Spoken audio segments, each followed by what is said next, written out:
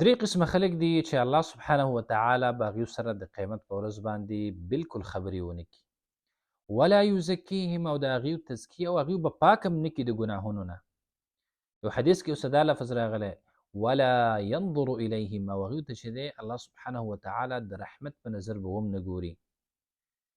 ولهم عذاب الیم، او هغوی دپاره چې دی دردناک عذاب دی. دا درې صفاتو والا خلک یقینا چې دا ډېر غټ مجرمان دي. اول په هغې کې بوډا زناکار. زنا چې دا په خپل ذات کې یو قبیح عمل دی، که هغه ځوان کې که بوډایي کوي.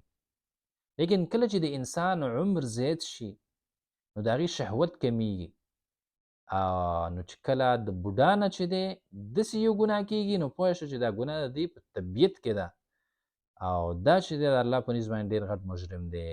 دویم فقیر متکبر، غریب متکبر، غریب هم دی او متکبر هم دی، تکبر هم کوي. تکبر څه ته وایي؟ حق نه انکار کول، او یا نور خلک چې دی سپک ګڼل، په خلکو باندې ځان لوی ګڼل، دې ته تکبر ویلی کېږي. دا تکبر چې دی دا په خپل ذات کې یو قبیح عمل دی، که هغه غریب کوي او که مالداره کوي. لیکن تکبر اکثره چې دی هغه د کثرت مال د وجې نه چې دی هغه راځي. انسان غني نو دغه صفت به راځي، یا ډیر مال وسره وي.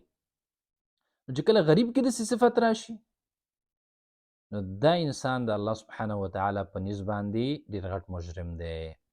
او دریم تاجر چې هغه مال اخلي او خرڅوي، خپل مال دی، که اخلي هم قسم پې خوري او که خرڅوي هم قسمونه پې خوري. نو دا انسان هم چې دی ډیر غټ مجرم دی. الله سبحانه وتعالی دې موږ د دې درې واړو صفاتو نه وساتي، دې درې واړو قسمه خلکو نه دې الله سبحانه وتعالی موږ ته نجات راکړي. السلام علیکم ورحمة الله وبرکاته.